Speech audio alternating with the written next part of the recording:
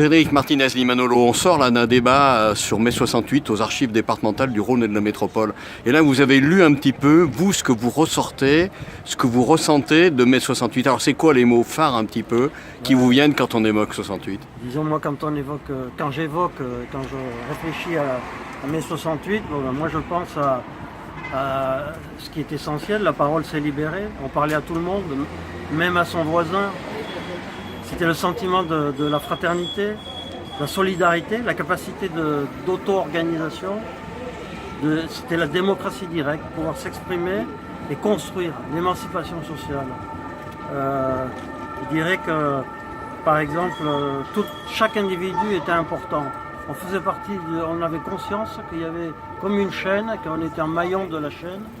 Et donc, il y avait l'importance de l'individu, mais également qu'on a compris que ce n'était que collectivement qu'on pouvait s'en sortir. Globalement, vous avez retrouvé, vous, dans les années suivantes, là sur vos lieux de travail, Oui, alors, effectivement cet esprit 68? Effectivement, parce que bon, moi à l'origine, quand je suis arrivé ici, j'étais membre du mouvement du 22 mars. Donc je passe sur ce mois de mai, sauf sur les impressions, les sentiments que j'ai décrits. Et quand je suis arrivé ensuite dans la vie professionnelle, j'ai adhéré à la CFDT qui était à l'époque un syndicat autogestionnaire. Et donc, comme quelqu'un l'a dit, je ne sais pas si c'était même pas vous, j'ai vu qu'on a remis en cause les pratiques professionnelles. Les pratiques professionnelles se sont remises en cause. Et donc, c'était anti-autoritaire.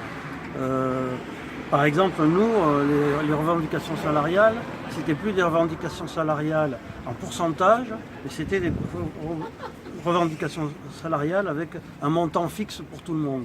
Parce que 5%, comme j'ai dit, sur 100 000, ça fait 5 000, mais 5% sur 40 000, ça fait 2 000. Et donc on voit bien que dans les revendications salariales, on voit bien que toutes les différences qui se font, les fossés se creusent même. Donc ça, c'était quelque chose qui nous venait de mai 68. C'était un marqueur. Et quelque chose qui nous venait aussi, alors là, sur l'antiquité du mouvement mutualiste, parce que j'étais un militant de l'économie sociale, eh bien c'était, on a créé notre mutuelle d'entreprise, et notre mutuelle maladie d'entreprise, gérée par les salariés.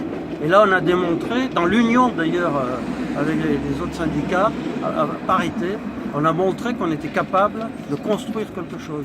Mutuelle d'entreprise, maladie, comme l'a dit quelqu'un sur la sécurité sociale, c'est quelque chose qui est très très important. Moi j'habite aussi en ce moment en Afrique.